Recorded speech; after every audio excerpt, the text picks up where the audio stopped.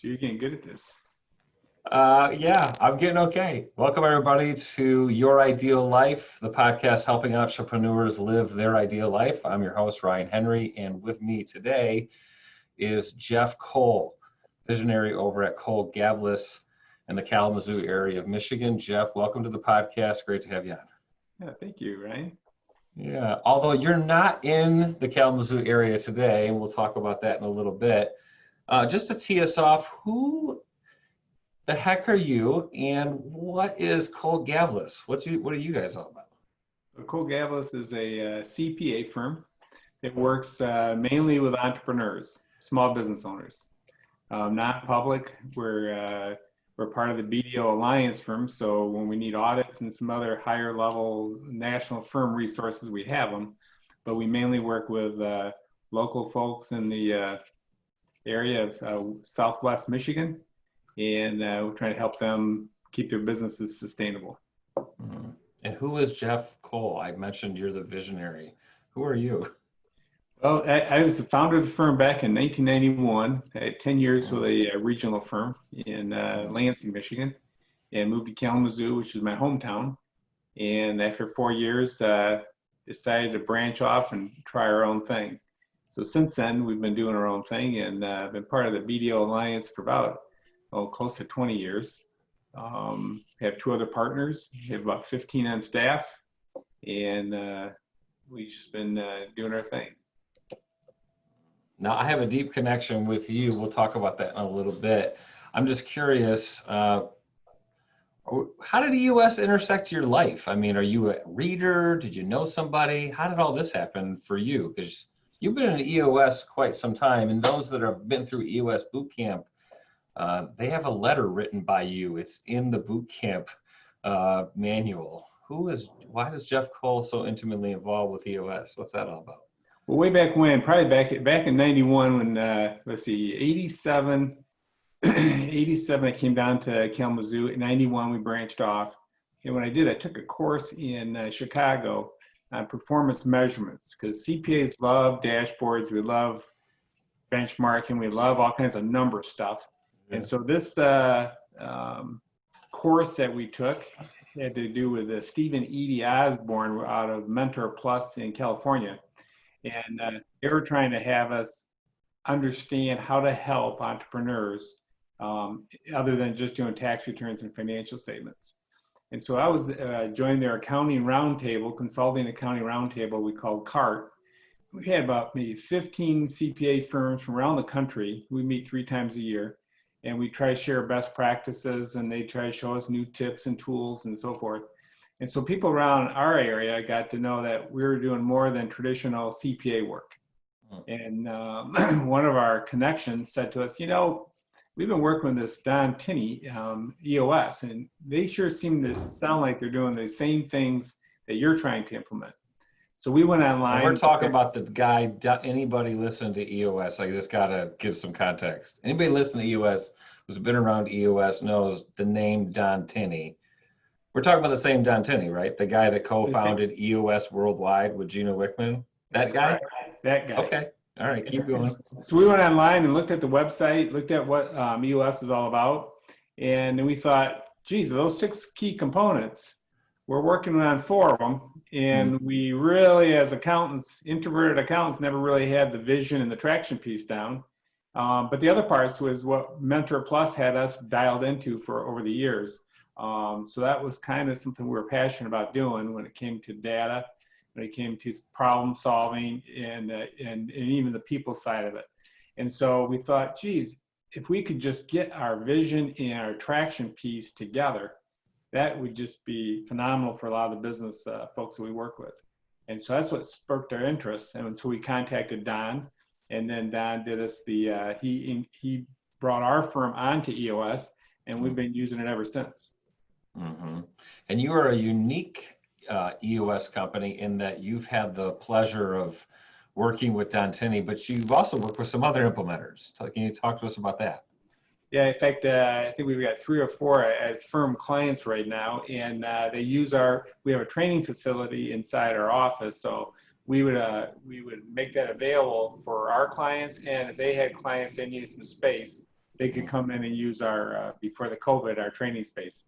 So it seems to work out quite well. And it really helped us because once we started understanding it, as CPAs, we usually work with the founders, we work for the owners, we work with doing their planning. We spend most of our time one-on-one with that individual or a group of owners.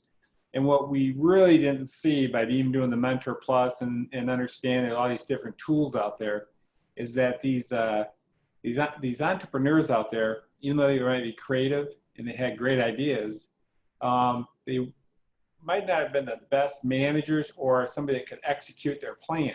So we as CPAs never really sat around a table with their leadership teams. In fact, they probably didn't have a terminology called leadership teams. But when we did business plans over the years, I've been doing this since 1980 when I got out of college, we get into the numbers, but most business plans fail because the leaders couldn't execute. They didn't see the long term, the short term. They didn't see how they're going to get their team to get it done. And we were never talking with their teams. We were talking with the owners. And what EOS has done is helped us give them an avenue to have a language that they could speak on the same language with their team and get people focused. So the whole traction book, all of the tools that are a part of the 6 key components, each one of them is just phenomenal in trying to get people focused in a not overly complicated system to help them have a better chance to be sustainable. So, we just think without that tool, how can a CPA like our firm consult or advise their business owners if they're not talking about a holistic leadership team and understanding all the pieces and parts? And the traction makes that happen. Wow. Okay. So had a heart for this, was in on this, met Don Tinney. Don was your implementer. You got multiple EOS implementers in the community as your clients. Can you just tell our listeners how do you, and I'm curious because I know how I tell the story, how I know you, but I want to hear it from your side because your side is a longer view than mine. How do we know each other? Well, you and I know each other because back in the day, I started out of college in 1981. One of my first assignments was working, and this was in Lansing, Michigan, where I call God's country, where Michigan State University is. Hey, and you see my Sparty? Go green, buddy. I see that. I like that. Do you see that? Yeah, go green. Let's go. And so my first assignment was working up in Owasso, Michigan, which is, probably 45, 50 minutes north of Lansing, and with a company that your grandfather was the owner, and your father was the controller, and your father had been a CPA. He worked for at the time one of the big 8 firms. Came back to the family business, and he was their controller. So I got to work with him for a number of years, and that's indirectly how I ended up meeting up with you when you started your business in construction with another gentleman. Your father was consulting with you and asked if I could come in and do some of the more traditional CPA type stuff. And that's a lot of times your father would be working all over the country. He worked for a company that did consulting for small businesses and trying to help them, do some basic business type ideas that were, they just didn't have the same, ease of understanding and language as more of the start to finish of a business like EOS does. But it was one of those things that it was lacking out there in the entrepreneurial world. And so when he'd come across tax issues, he'd call me up because my background is mainly taxes. So he would call me up and kind of try to see if I could help him out or not. It's a crazy story. I'll never forget. You were definitely more than an accountant when you came in. You were asking questions about everything and just hitting all the buttons because my business partner and I were at a point where we had hit a ceiling. Things were complex. We were overwhelmed. We weren't on the same page. Although we looked really good on the external, we had some internal root issues that just were not being dealt with. And I at a gut level knew there was some issues. And I thought, well, let's bring Jeff in. He just keeps talking. He keeps giving me all these books and something about, I thought it was like a computer system. I wasn't even really sure what EOS was.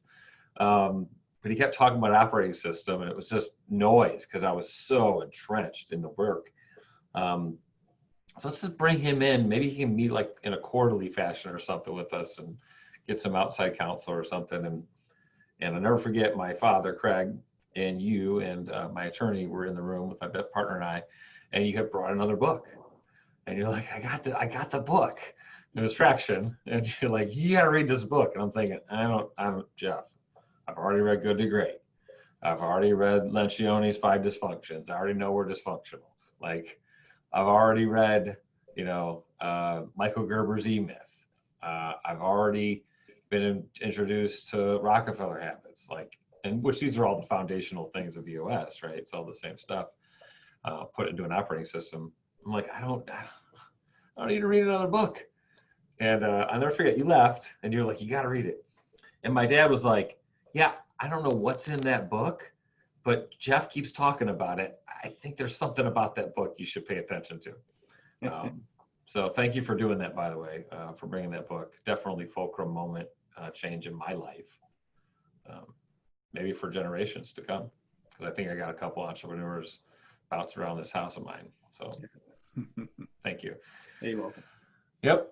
All right. So that's how we know each other. You've been around EOS for a long time. For our viewers that are just kind of coming around the circle, listen to you and I talk with some pretty thick language. What is a visionary? Oh, I don't know the book definition, but the visionary. Well, are you a visionary? Are you a visionary? Yeah, in our firm, I'm considered visionary.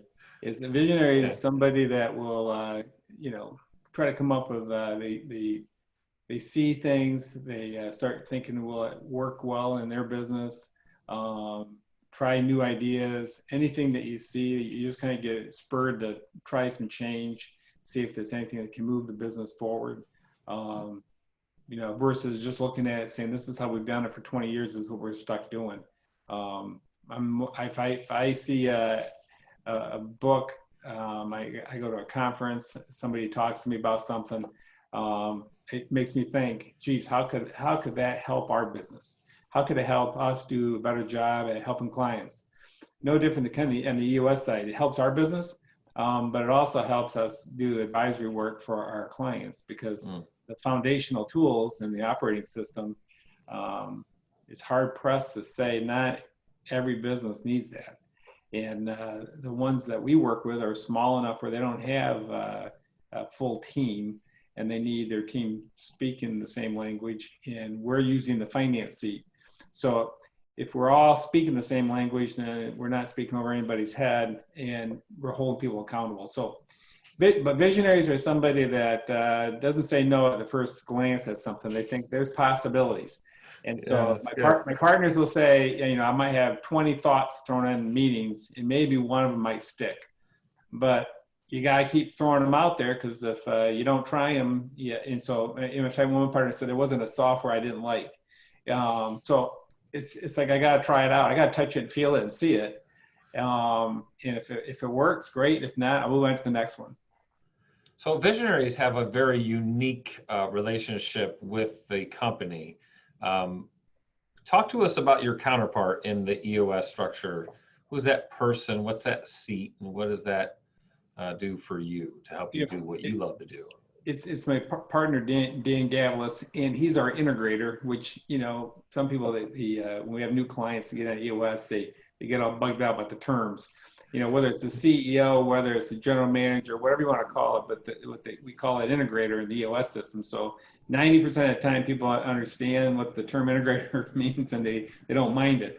Once in a while, people will say, what's an integrator? Well, a lot of people think CEO, somebody running the business is the integrator. So whatever you want to call it, but he runs the business. So he runs the day-to-day. So they'll have their meetings once a week and for their team, and I'm not in that meeting. I'm in a meeting once a week, but it's with the leadership team. So the leadership team will have the integrator, myself, and a couple other folks in there that are key to some certain divisions. So we'll meet every week, but from that, then my partner Dan will run the main meeting on the next day, and he's in charge of it. So they all look to him for guidance. They all look to him direction. He's responsible to make sure what we decide on our leadership team happens. and I don't get involved. If I get involved, it confuses too many people. So it's best just to keep Dan on task. Okay, just for our viewers that are unfamiliar with EOS, I'll kind of try to pin this down really quickly. So visionaries, oh, by the way, I'm Ryan. Hi, I'm a visionary. Visionaries, typically, we want to put them in a seat that is really kind of their unique ability, who they think, wow, this is really me. Big ideas. This is where Jeff was talking about, like a lot of ideas. Kind of like, this is all I do. I don't have to be told to come up with ideas. This is why I do this. Big relationships. They just are amazing at connecting with people and building big relationships. The story I told about how I know Jeff is because he went to the big relationship world. Making big sales. They're really good at doing that. And research and development, got a pulse on the industry, kind of know everything that's going on, and that's kind of weird. Like, how do you know all this stuff? They just are enamored into the industry and know stuff. And then they're great at culture. They just got a pulse for emotions, and they really care about people. So that's in general what a visionary is. Is that fair? Is that fair? That's fair. Yeah. And we're both visionaries, so there you go. Integrators are really different. And I'm curious, Jeff, maybe you could lob this one to our viewers. How do you describe the roles of the integrator? They're very different than a visionary. What's the first role of an integrator? Usually lead, manage, and hold people accountable. So the LMA, and he's got the rest of the team underneath him, and he's got to hold them accountable for their roles that we define that the business needs. So am I hearing you correctly? In the visionary seat, how many direct reports do you have in the visionary seat? I have none. None. In the visionary seat. I'm talking about Dan's in the integrator seat. So you have, well, I love you. You have one. It is your integrator. You're letting go of all of that, right, to your integrator? Yep. And then Dan actually leads and manages and holds accountable the team. The whole firm, yeah. Wow. So Dan, I'll have That's to have radical. what we call That's not normal. Yeah, Dan and I are working on having our consistent same page meetings. Yeah. So Dan and I have to be in tune with each other. And so we're not going in different directions or want to go in different directions. And so we communicate quite a bit, the two of us, but then he has to implement. So he has to execute what we decide that the firm wants to go. Yeah, so integrators lead, manage, hold accountable, execute the business plan, are profit loss centered. So our weird ideas actually, maybe if they're good, have an ability to make us profit, remove obstacles and barriers, and execute on special projects. Yeah. How does this power dynamic even work? Like, how does that work? There's two leaders in the company, and you gotta be on the same page. But like, how do you make decisions? And how does it work? Our leadership team, we sit around and we go through the agendas, we have our issues, we sit and discuss them, and then at the end of the day, when we solve them, if we're not in consensus with each other, then Dan will make the call, and then we follow what Dan does. But it's a lot of trust for you to let go of making the final call. Yeah, we talk it through. We're heard. I mean, everybody has a chance to put their 2 cents in, and we're all trying to work on the firm. So when we get done with our meetings, we have to rate the meeting, and we have to sit there and say, did we do good for the firm? And we have to let our egos out of the way, especially for a visionary. I'm going to have a lot of ideas that they're not going to like. And or they're going to think are just a waste of time. So I have to be prepared to make my case for them, and until I do, I can't get too personally offended if they say we're going to go a different direction. But they do listen to me. If I didn't think they were listening, then we'd have some more IDSing going on, because we're all trying to have the betterment of the firm, and we're trying to help other clients. So as we're doing that, if we didn't sense that we're in the right direction, we would take a pause and have to have some type of break and say, hey, what's going on? But fortunately, knock on wood, that we haven't had that problem. Dan and I have been partners for a long time, and we just seem to be in sync as far as where we want to go. It's just, as we get older, we're trying to figure out who's staying, who's not staying. Sure, that's a good one too. I'm so curious. We got visionaries listening to this podcast, and they're thinking, well, I think I'm both. Why is it important for a visionary to let go of the integrator roles? And is a visionary like big ideas, big relationships, and big sales and R&D and culture? You're telling me that's like a full-time job? like that's two questions, but why is that so important to let go of day to day for a visionary? And is a visionary a full-time job? Yeah, I would say it is. It's a fun job, but it doesn't mean it's not full time. Mm, Letting go is you always have to do what you do best, mm, and the running and following structure and in the path and making sure you're making our processes work takes a different behavioral style than a lot of times a visionary. If a visionary is the old shiny stuff, we're going after stuff, and we're always trying to figure out, are we on the correct path? So we need somebody to kind of hold us, accountable in the sense of, is that really satisfying what we're trying to do for a firm? Is that going to work? You got to be challenged a little bit. Otherwise, you're just out there, thinking all kinds of great things are going to work, and you need somebody to implement them. yeah, But in a small firm, I do other roles. I mean, I work in the finance seat, and I do work in the marketing team, sure. because we are trying to make sales, we are trying to close them. But the main focus, like for the integrator, that's his role. So if there's two people in there, who would people take directions from? Mhm. Yeah, partnership forms of running businesses, I found is it's a tough one. So the structure of EOS is trying to give guidance to your whole team of who, the accountability chart, who's responsible for what, and your roles and how you can hold them accountable. Having two people in a seat, they might be multiple seats where they're doing the same thing, but two people in a seat doesn't seem to work. So good. That's just great.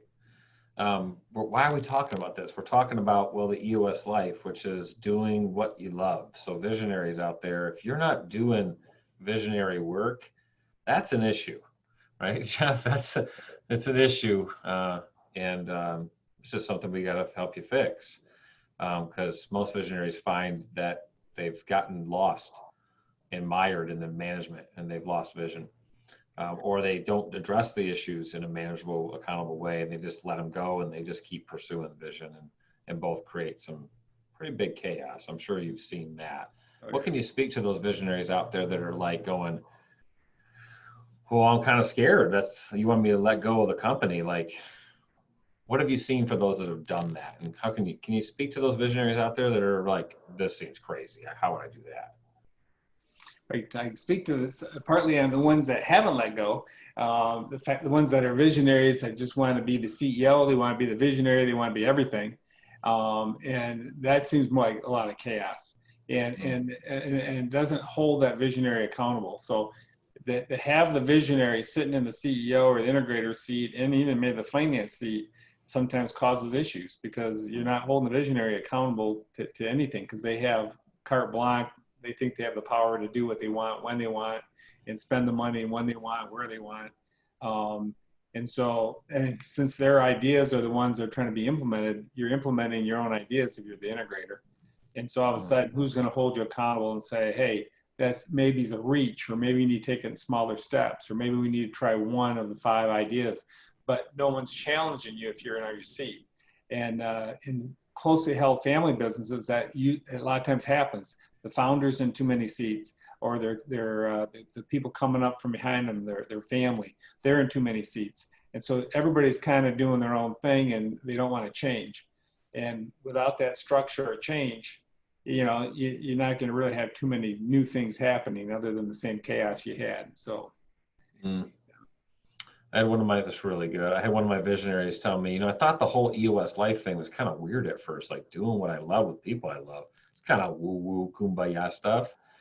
He said, but then I thought about it the other way. Oh, wait a minute. I'm here because I do things I hate, and I don't know how to get rid of them, and I want to. But I don't trust people. So I got to find people that I don't hate, because I hate some of these people. And actually, I think I hate them because they're just doing the wrong stuff. I actually think if I put them in the right seats and help them get the right seats, help them let go of stuff, I think I actually love them again. So just kind of switching that language, like, well, maybe you're out there, hating some of the stuff you're doing, and maybe you're like, I don't know why I hate this person, but I hate them now. Maybe because you got a bunch of people sitting in seats they shouldn't be sitting in.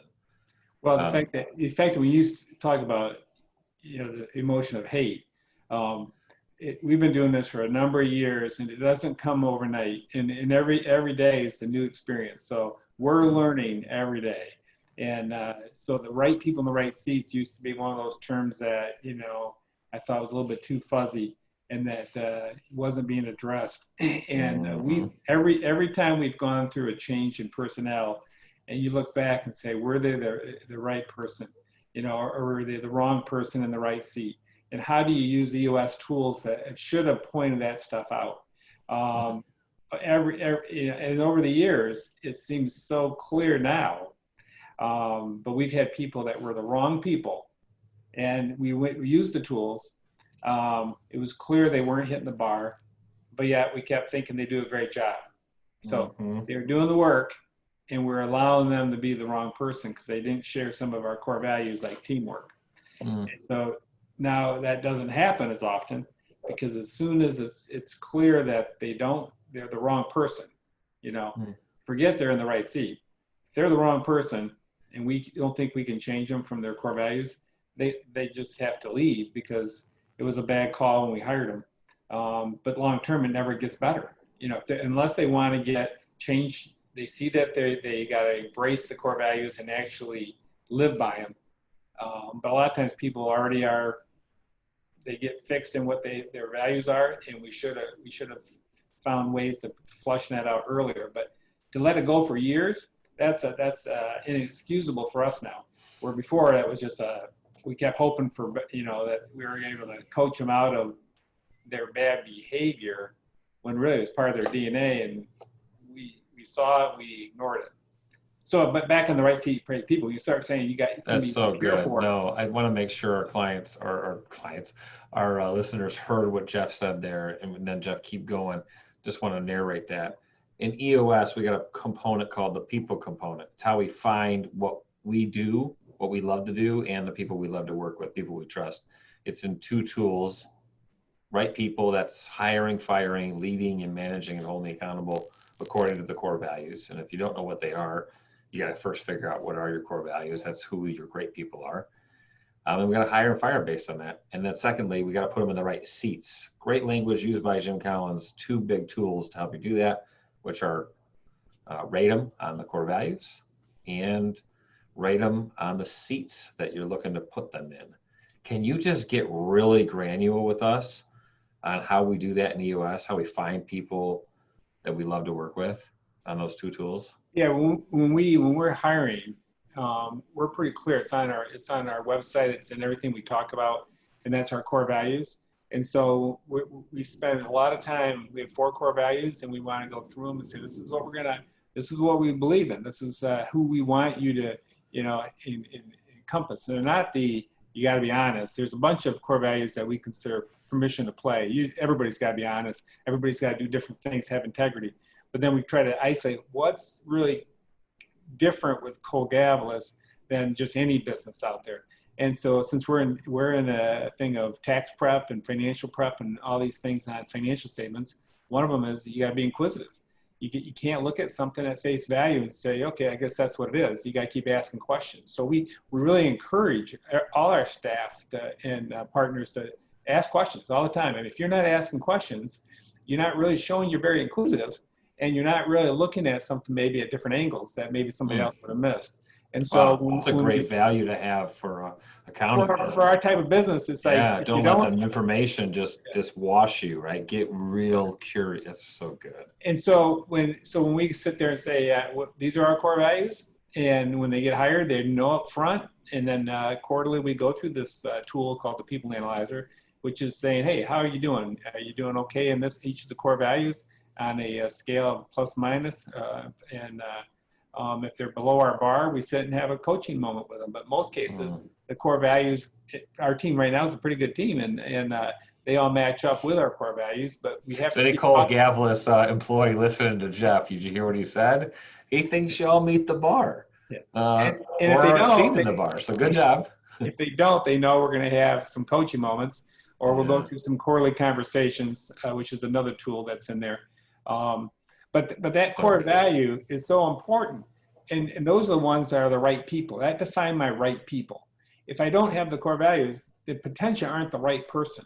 and do I want to build a team up with wrong people? And so once I get past, do I have the right person on the team? Then I sit there and say, did I put them in the right seat? And there, the other tool is what they call GWC. G for, do they get it? Do they get the roles? Do they get the job that they have? Do they understand what it takes? You know, and then do they want it? Do they have passion? Do they, when they get up in the morning, do they actually really want to go to work? Do they like what they're doing? And then C is for capacity. Do they have the tools? Do they have the ability to learn? I mean, are they overworked, underworked on their hours? Can they get it done? And if they're at capacity, so on those three components, we have to say yes or no. And the bar is they have to be yes. And if they're no, then we got to sit there and maybe do a little coaching on those things to see if we have to give them some training on that seat and the roles and so forth. Or maybe they're just on the wrong seat. But at least if they're the right person, I have a shot at putting them in a seat. If there's a seat, I'm not going to make a seat for them specifically, but if there's another seat that we need and they can fill in it, at least I know I got the right person. I just got to get them in the right seat. But those tools are the ones that help define when somebody says, hey, do I have the right person in the right seat? And I've had a number of clients that when they have to let somebody go, it was amazing. This was right before the traction stuff started, you know, getting in my head. And they'd say, they just don't get it. I said, Right. what do you mean they don't get it? You know, and then they defined it. And then now when I'm reading traction, it's like, yeah, it's a simple question. Do they get it? And if they don't get it, you know, what are we going to do about it? So those tools are just, seems like so obvious, but so many people get frustrated when they have a bad hire. Well, not every hire is 100%. There's too many things that are moving on it. You got to do your best. You're trying to minimize making a bad hire, but you can make a bad hire. The question is, how long do you keep them around before they start doing damage for the rest of your team?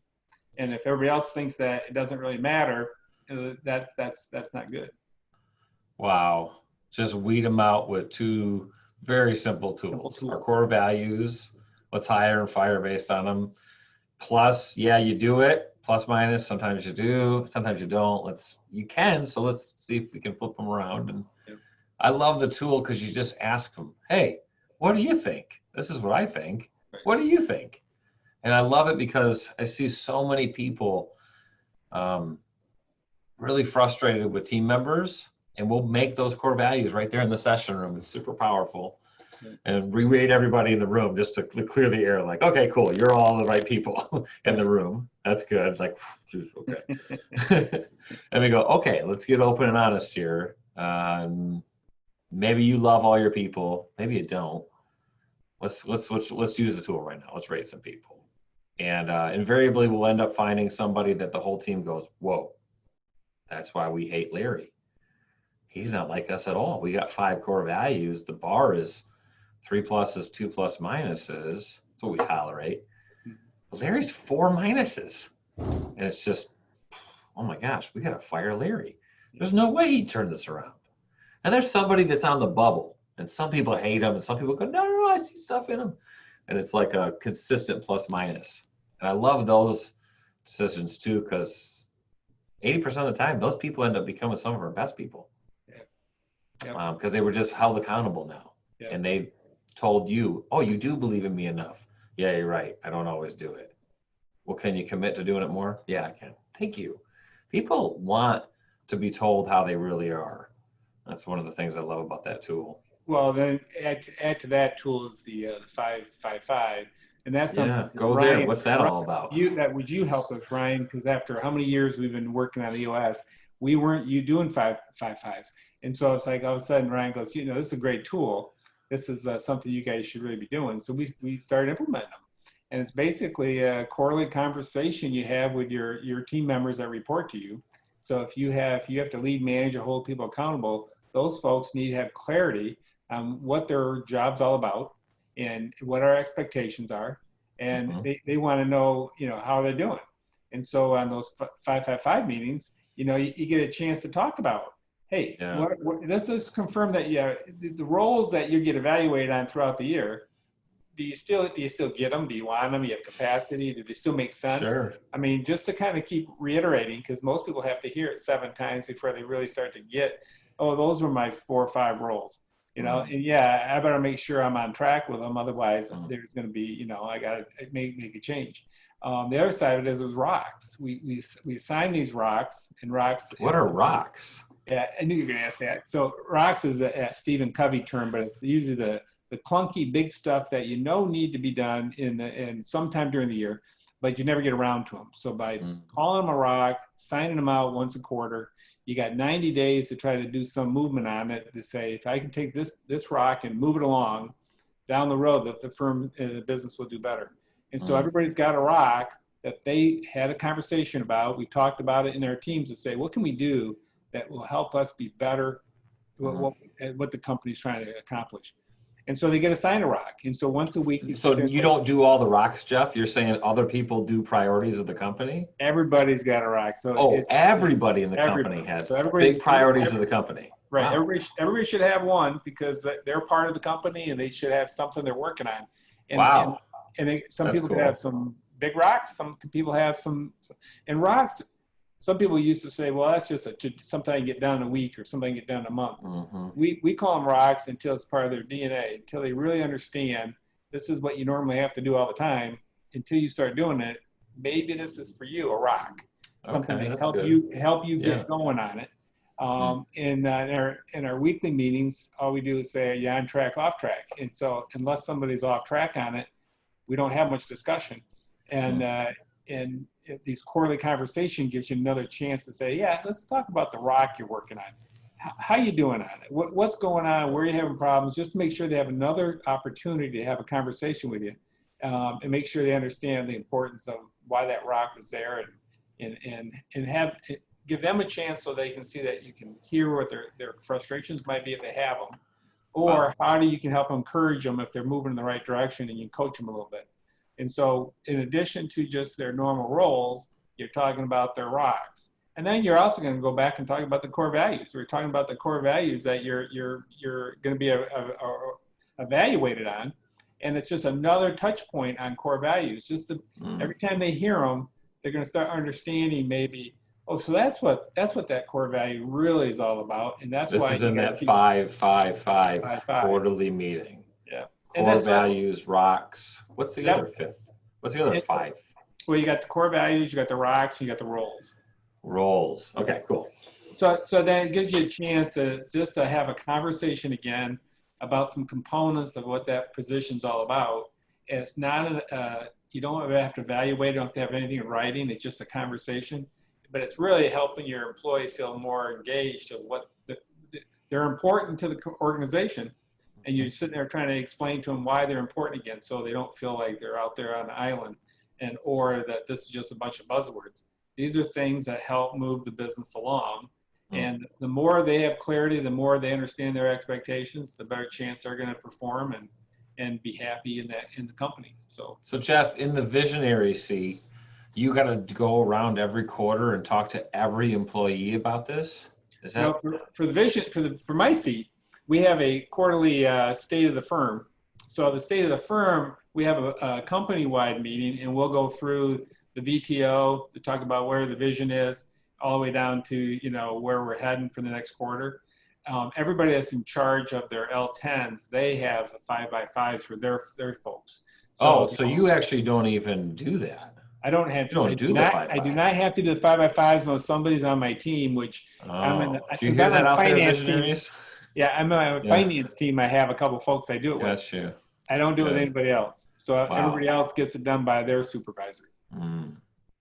So just referring to what he does do every quarter as the visionary, which is rally everybody around what's called Vision Traction Organizer, a 2-page document that answers 8 questions. The first being, what are your core values? So Jeff is still rallying everybody around core values. He just doesn't have to sit down and talk to everybody. Candidly, he's not around a lot anyways. He's working on the business. Truth be told, he's not in Michigan today and hasn't been for a while. He's not really the best person to sit down and talk to people anyways, because he's not the one working with them day in and day out. Their direct report is.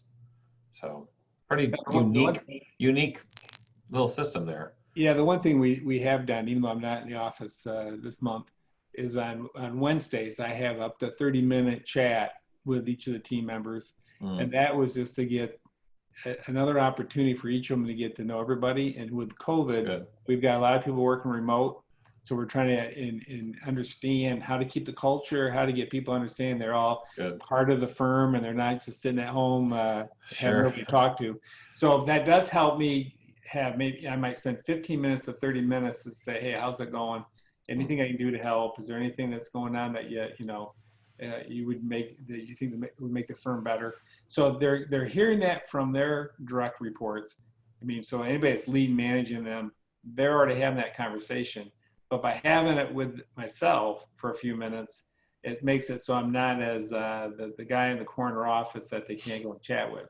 And it gives me a chance to get to know their personalities better. And when I do see that, or I hear that they're doing some of the core values, it gives me a chance to kind of, say, hey, here's what's been observed. And, this is an obvious look at what our core values means.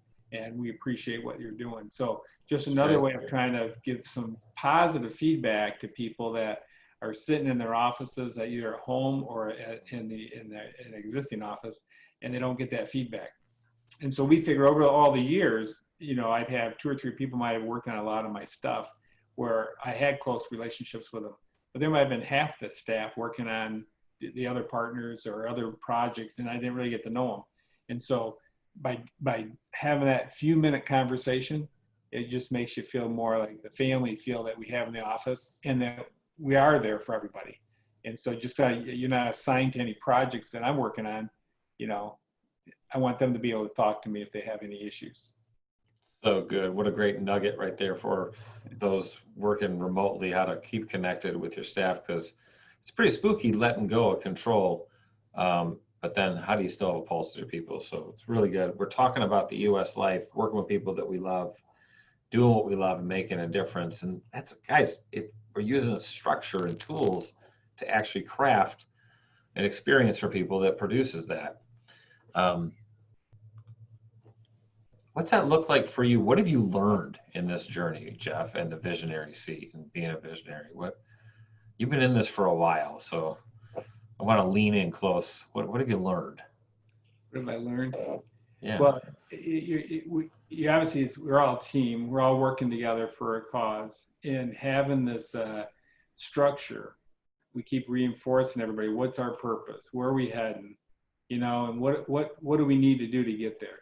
And having 10 bosses versus 1, or having a structure where you're giving people rope to do what they can do to grow in their capabilities. If you have to be there for every little thing on every client, you're gonna hit the ceiling so quick. You're not gonna get half the work done you can get done, or you can be working a ton of hours and be out of balance with your family life.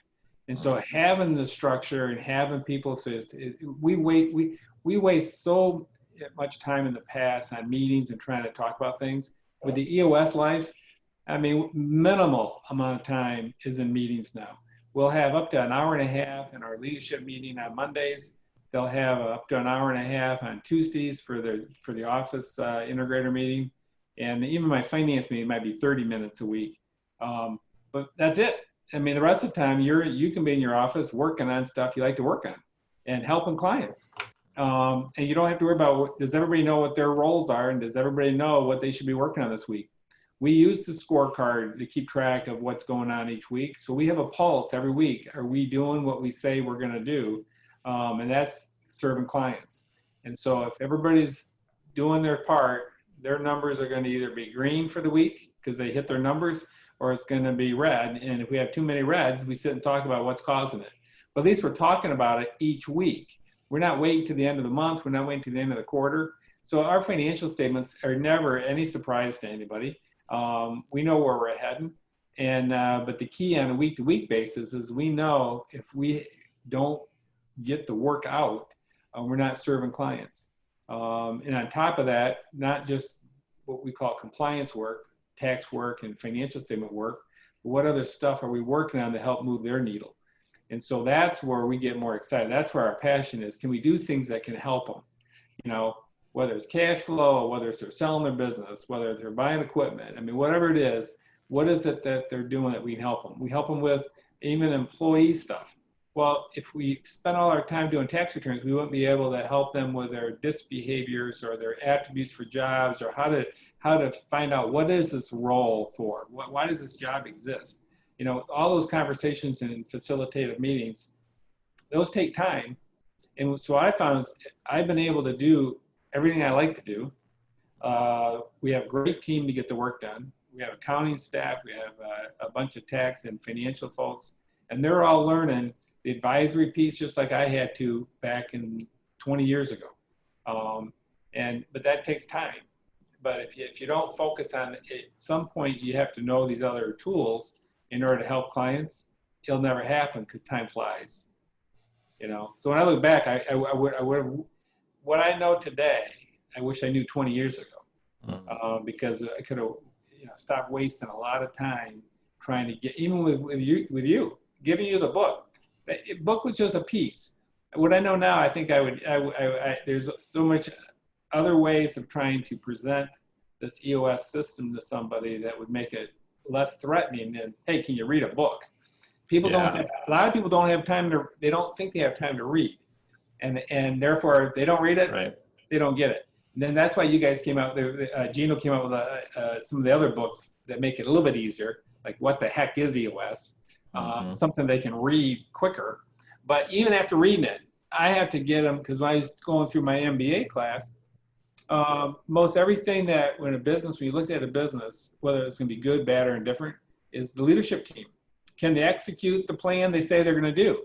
Well, very few CPAs spend much time on who's your team, who's on first base, who's doing what. Well, the EOS is set up where you know who's in each role, you know what the strategies are, you got the VTO, the 2-page form to say, here's where everything is on this business.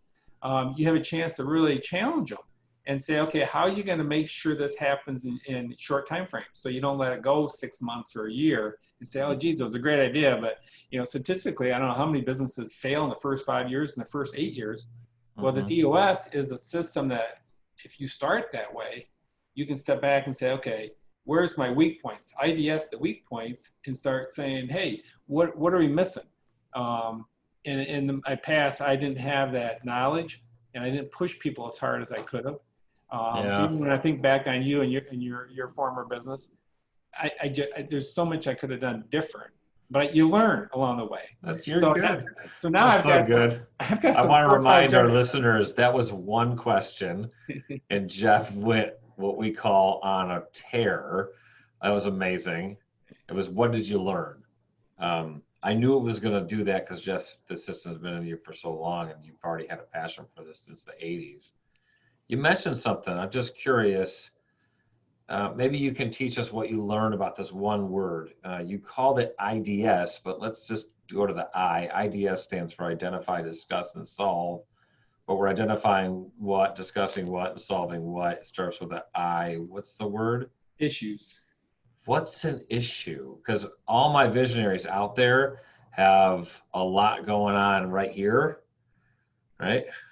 What's an issue? And so for me, issues is anything that's going to be a hurdle, a roadblock, something that's going to maybe be something that's going to slow me down to accomplish a goal. So if there's something going on that is a roadblock, I call it an issue.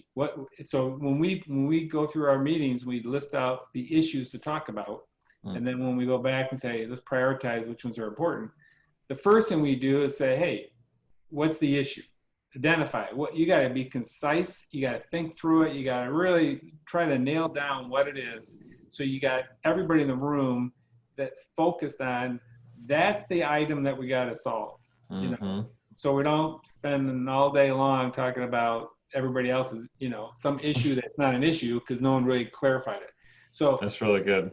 So every time I sit in a meeting and somebody first thing we ask is, well, what's the issue then?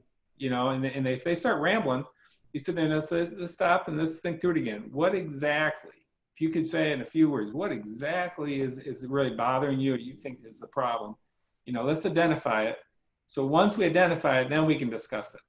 So we don't even start discussing it until we actually know what is it. That's good. So, and then discuss and solve it. So discussing it, you give everybody a chance to give their thoughts on it. And once you start hearing people, keep either politicking or starting to talk about it in all kinds of the same ways, we say, okay, enough discussion. And then we sit there and say, well, what's the solve?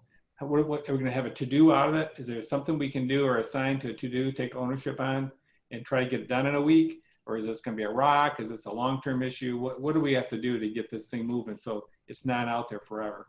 But it's one of those things in most meetings that I've noticed with clients I've worked with for years. If I sat in a meeting and it wasn't structured like EOS, the EOS life, you could sit there for hours talking about stuff and nothing would come out of it and say, Right. hey, how do we solve it? So at least the EOS life says, here's a system, follow your system, and you're guaranteed to come out of that thing with a little more structure on who's going to follow up with the issue. And it might be an issue again for another week, but you're going to keep it out in front of everybody until it's solved. So it doesn't go away is what you're saying. The issue, once it's said, stays out there in front of each other on a list. Where does it go? It's on our agenda list. There's a issues list and a to-dos list and a rocks list, and there's lists out there so you don't have to worry about forgetting it. What if the meeting ends and we haven't discussed the issue? Where does the issue go after that? It's going to stay on the issues list until the next week, because there's only so much you can really get done in 7 days. That if you get done what you think you can get done in 7 days, and that other stuff's still on the list, hey, you're farther ahead. And so then the next week, you're going to have time to talk about it again. And that's where you stop these hour and a half meetings can be capped, because if you just sat there and talked for 3-4 hours, half a day's gone, and nothing really got resolved. And so when Jeff said that about meetings, I was like, wow. I grabbed my calculator and said, Jeff's in meetings for less than 5% of his week. If he was only working 40 hours, and he probably, visionaries would probably work a little bit more, but 5% of your week. And then you can shut the meeting off and the issue stays with the team. Until the next week. So the next intriguing way to deal with issues, because there's always issues. I think that's on the negative side of issues. There's another side of issues. What about those 20 ideas and the opportunities we want to pursue? Are those issues? Those are issues also. Everything. Why are those issues too? Those are ideas and opportunities. Why would those be called issues? They haven't been accepted or put in play yet.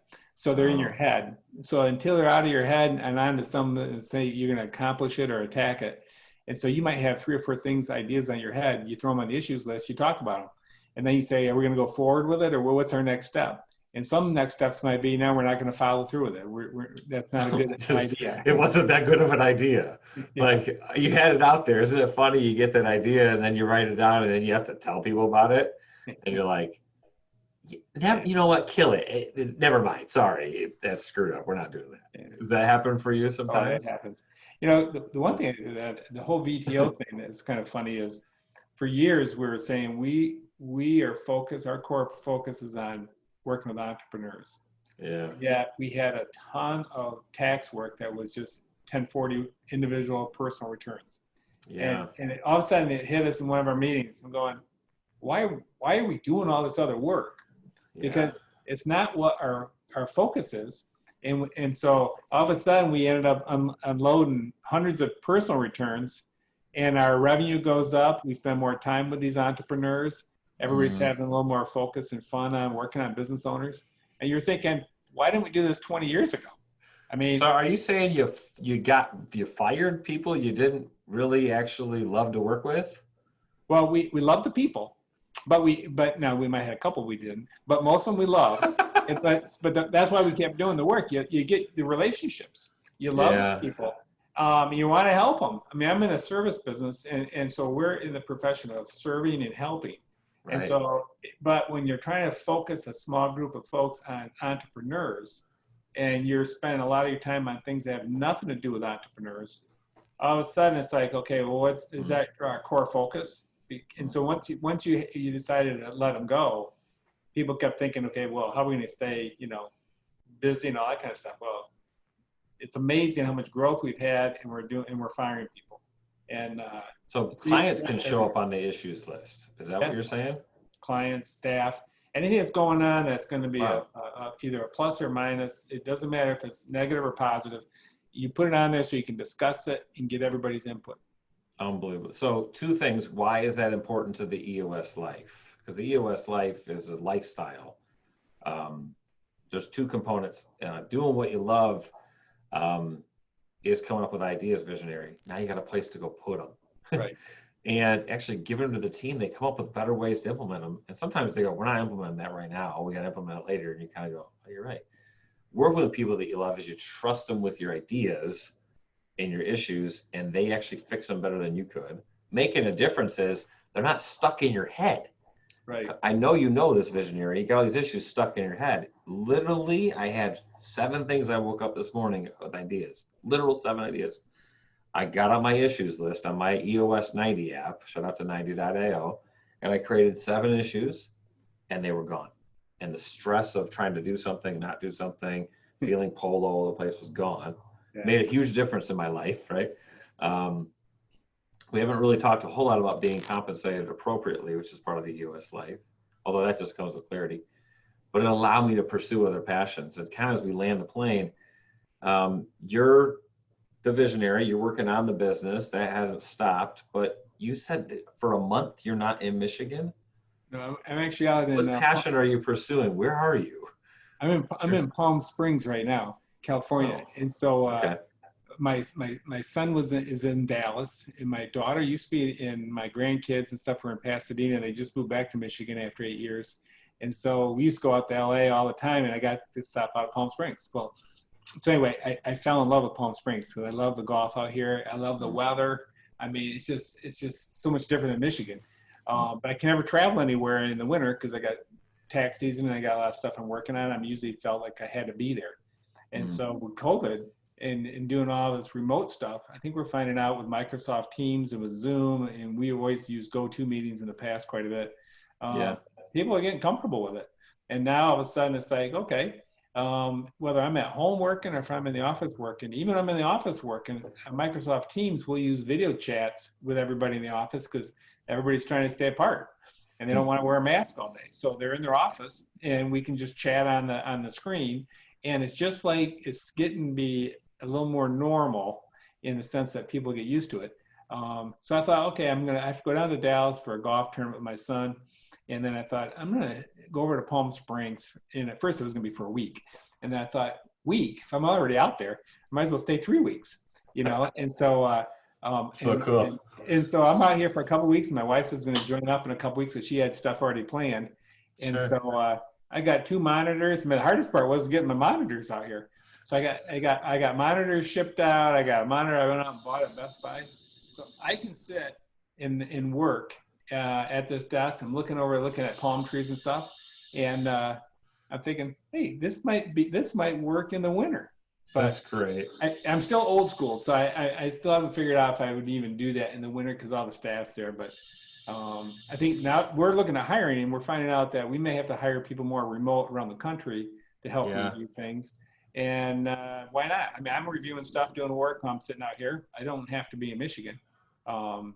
So but that goes back to visionary. I'm just trying to figure it out, see how does it work, what do I like about it, what I don't like about it. Because we're going to have other team members, and I've got 4 or 5 now that are working at home because their kids are in school or they just need to be at home because if they're not feeling well. So everybody's prepped to be able to work at home. But we have people that just don't like working at home because they're isolated. They don't feel like they're part of it, you know, so they come to the office. And so I talk to them on the computer in the office versus talk to them on the computer at their home. This guy's not even at the office working, folks. We're going to land this plane. It's been great talking to you, Jeff. Thanks for coming on. Here's the deal, Jeff. I think there's some folks out there that aren't even in Michigan that are maybe interested in talking to you about some CPA work, some implementers out there, some other EOS companies. Maybe some visionaries are out there that are like, man, I really connected with your story. I'd love to tell you where I'm at. Yeah. Maybe they're hitting a ceiling and maybe they realize they're both a visionary and integrator and they just want to reach out to talk to somebody. Jeff's a great one to talk to, folks, so reach out to this guy. He said he'd let you. Jeff, how do people get a hold of you if they're just interested in connecting with you? Well, we got the website's colegavlas.com. And that's got my contact information on there, or it's my emails, my first initial last name, J. Cole at Cole Gavlas, COLEGAV as in Victor, LAS.com. Send me an email, or you can go to the website and there's a spot for contact there. And I'll get back with you. Jeff Cole, legend in the EOS community. There in the beginning with Don Tinney. Jeff, thank you so much for your time. I love the storytelling. Tons of nuggets. Appreciate you, brother. All right. See you, Ryan. Thanks.